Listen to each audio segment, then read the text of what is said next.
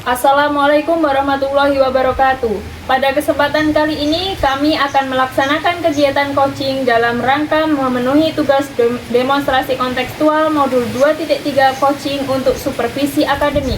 Di sini saya Rizky Yuniarti Dharma Arif dari SDN Banjarmangu Kecamatan Karanggendang Kabupaten Lamongan sebagai supervisor. Saya Surya Estudio dari SDN Kakerumbuk Kecamatan Sukadadi Kabupaten Lamongan. Di sini saya berperan sebagai coach. Saya Esti Amalia dari SD Negeri Sumberaji, Kecamatan Sukodadi, Kabupaten Lamongan, berperan sebagai coach. Selamat menyaksikan, semoga bermanfaat. Wassalamualaikum warahmatullahi wabarakatuh.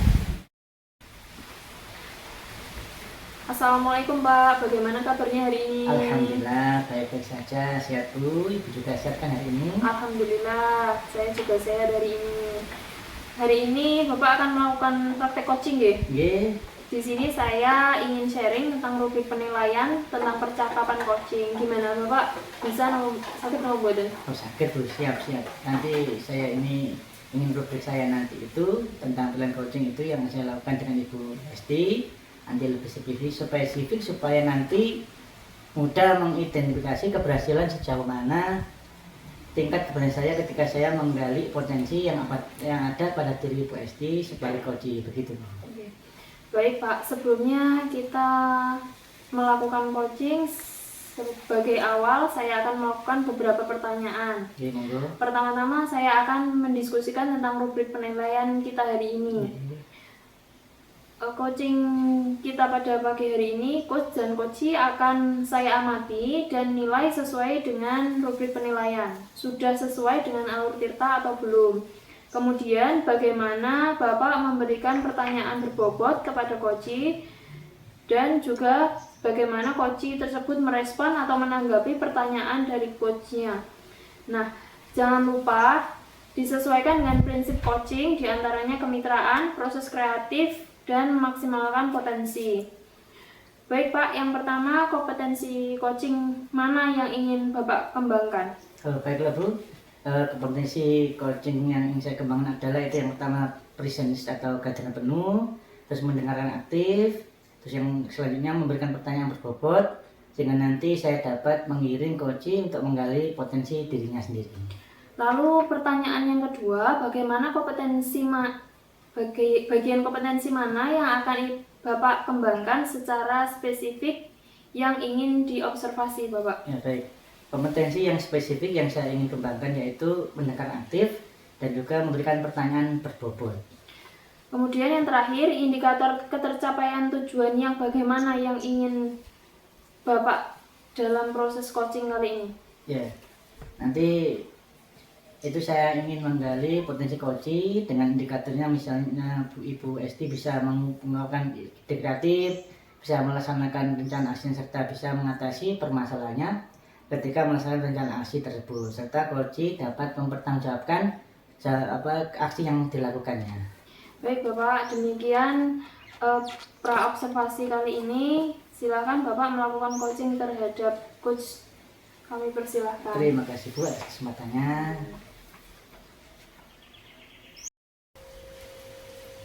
Selamat siang Bu Esti, apa kabar? Selamat siang Pak Surya, alhamdulillah kabar baik dan sehat semua. Gimana kabar Pak Surya? Alhamdulillah saya juga sehat. Ini Bu Esti kok janjian mau ketemu saya, ada apa Bu ya? Apa ada yang bisa saya bantu Bu Esti? Begini Pak, ada yang mengganjal di hati saya Pak Surya. Ada satu murid saya yang sikapnya itu berubah belakangan ini. Oh iya.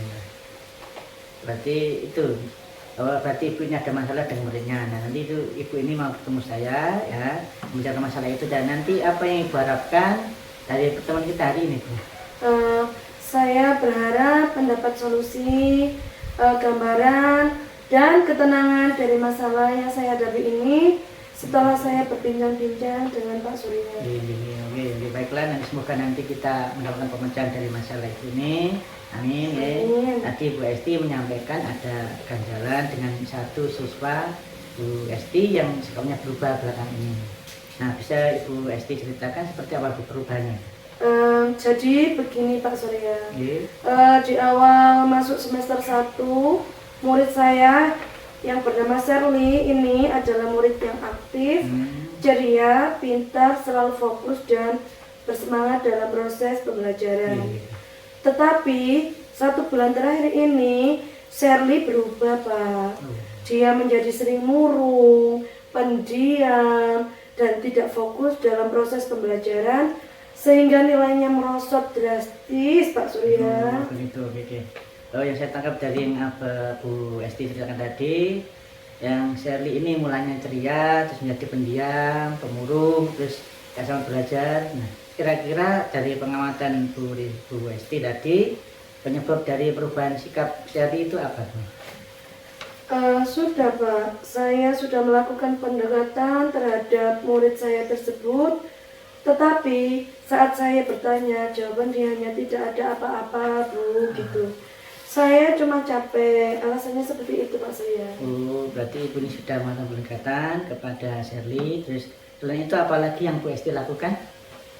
Saya juga sudah mencari informasi ke murid-murid lain, teman-temannya Sherly, dan jawabannya teman-temannya Sherly ini saat diajak bermain sama Sherly juga tidak seperti biasanya. Jadi Bu Esti juga mencari informasi dari teman-temannya juga ya Bu ya? Oke Pak. Untuk Bapak Ibu guru yang lain, apakah Bu Esti juga mencari informasi dari mereka? Saya kemarin juga sudah mencoba berbincang-bincang dengan guru mapel PJOK dan agama Pak Surya. Beliau juga merasakan adanya perubahan tingkah laku terhadap Sherly. Jadi langkah terakhir apa yang kira-kira Ibu Esti lakukan jika sudah mencari informasi ke teman, ke guru lain, ke teman Sherly ya, ke guru lain dan juga dengan pendekatan langsung kepada Sherly? Lain langkah-langkah itu apa lagi? Setelah saya berpikir, akhirnya saya mencoba untuk menghubungi orang tua Sherly Pak. Bertanya apakah ada masalah saat di rumah, apakah Sherly itu sakit ataupun ada masalah dengan orang tuanya. Bagus sekali itu Bu. Nah, bagaimana respon orang tua Sherly Bu? Orang tua Sherly sempat susah untuk dihubungi Pak. Tetapi saya terus mencoba dan mencari supaya saya bisa mendapat informasi dari orang tua Sherly secara langsung. Dan menurut keterangan langsung dari ibundanya Sherly ini, ternyata sudah hampir 2 bulan ini orang tua Sherly itu bercerai Pak. Sehingga Sherly merasa terpukul atas perceraian kedua orang tuanya yang membuat sikap dan tingkah laku Sherly ini berubah. Berarti ini orang tuanya Sherly ini bercerai. Nah, kira-kira setelah Bu Esti mengetahui fakta-fakta mengenai kejadian di rumahnya Sherly tadi itu apa yang gimana Bu? Rencana Ibu? Rencana saya yang pertama yaitu saya akan berdiskusi dengan kepala sekolah Pak. Kemudian saya akan melakukan pendekatan lagi kepada Sherly. Saya akan berbicara dari hati ke hati untuk memberikan kepada Sherly pengertian, memberikan Sherly semangat dan memotivasinya supaya Sherly bisa bersemangat lagi dalam belajar. Rencana lain, saya juga akan mengajak kolaborasi antara guru-guru untuk juga bersama-sama memberikan semangat dan motivasi kepada Sherly saat proses belajar. Untuk langkah selanjutnya yang juga akan saya lakukan yaitu saya akan berkolaborasi juga dengan orang tua Sherly Pak. Meminta orang tua Sherly untuk terus memberikan perhatian dan kasih sayang kepada Sherly meskipun mereka sudah berpisah. Saya akan terus memantau kegiatan Sherly di rumah melalui ibunya Sherly. Waduh, bagus sekali rencananya Bu Esti tadi itu. Jadi Bu Esti tadi sudah punya banyak rencana yang bagus. Nah, dari rencana-rencana tadi itu kira-kira manakah yang jadi prioritas Ibu? Setelah saya berdiskusi dengan kepala sekolah, yang saya akan lakukan adalah melakukan bincang hangat dengan Sherly dan juga orang tua Sherly Pak Surya.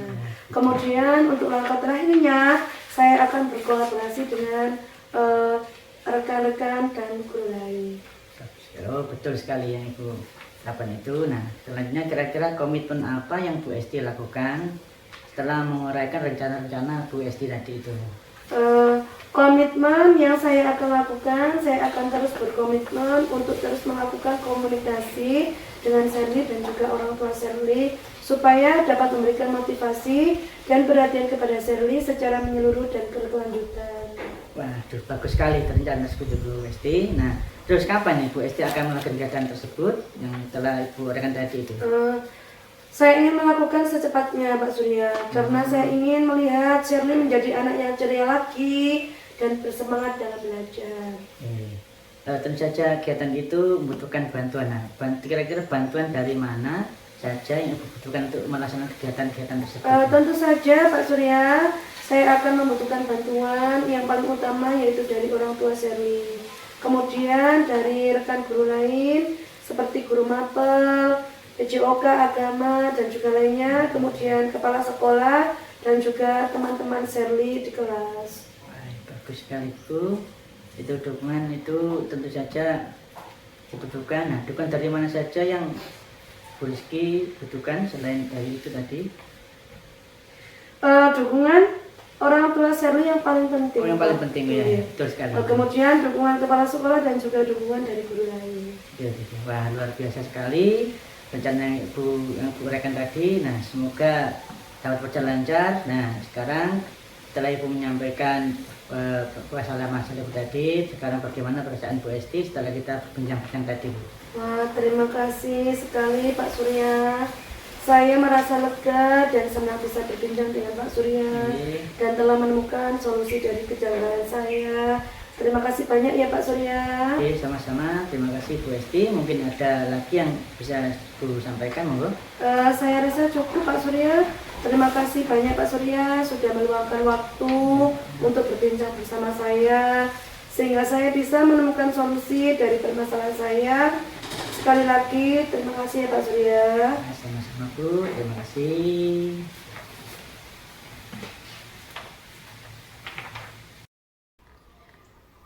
Terima kasih telah melakukan coaching tadi Bapak Surya dan Bu Esti. Apa saja yang sudah Bapak lakukan pada saat melakukan coaching terkait indikator pencapaian pengembangan yang diinginkan? Alhamdulillah, sudah Bu, di coaching saya sudah melakukan coaching dengan kita, yaitu menentukan tujuan, identifikasi masalah, rencana aksi, dan tanggung jawab. Sehingga alur tersebut itu bisa menggali coaching untuk bisa menceritakan permasalahannya dan menemukan solusi-solusi. Nah, tinggal nanti beliaunya itu meningkatkan lagi skillnya sebagai skill saya sebagai coach, sehingga dan terus berlatih dan juga mencari teratur atau wawasan coach untuk menambah ilmu sebagai bekal yang dibanding guru yang profesional seperti itu. Menurut saya sebagai observer, tadi proses coaching Bapak dan Ibu sudah berjalan dengan baik dan proses alurnya juga sudah sesuai dengan alur kita dan juga sudah berusaha menggali dengan memberikan pertanyaan-pertanyaan kepada Bu Esti sehingga Bu Esti bisa menemukan solusi dari permasalahannya juga. Dan coaching tadi sudah dilakukan sesuai dengan prinsip coaching.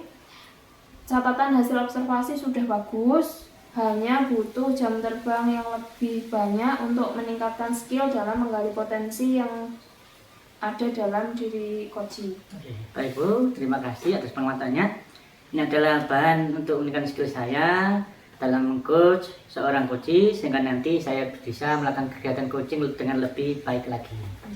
Lalu kompetensi apa lagi yang ingin Bapak kembangkan berdasarkan hasil melakukan coaching yang sudah dilakukan? Baik, itu kompetensi yang saya tingkatkan adalah bisa mengidentifikasi sebuah permasalahan dari seseorang dan buat pertanyaan-pertanyaan berbobot yang mengiring coach dapat menemukan sendiri solusi dari permasalahannya dan juga bisa menyelesaikan permasalahan tersebut.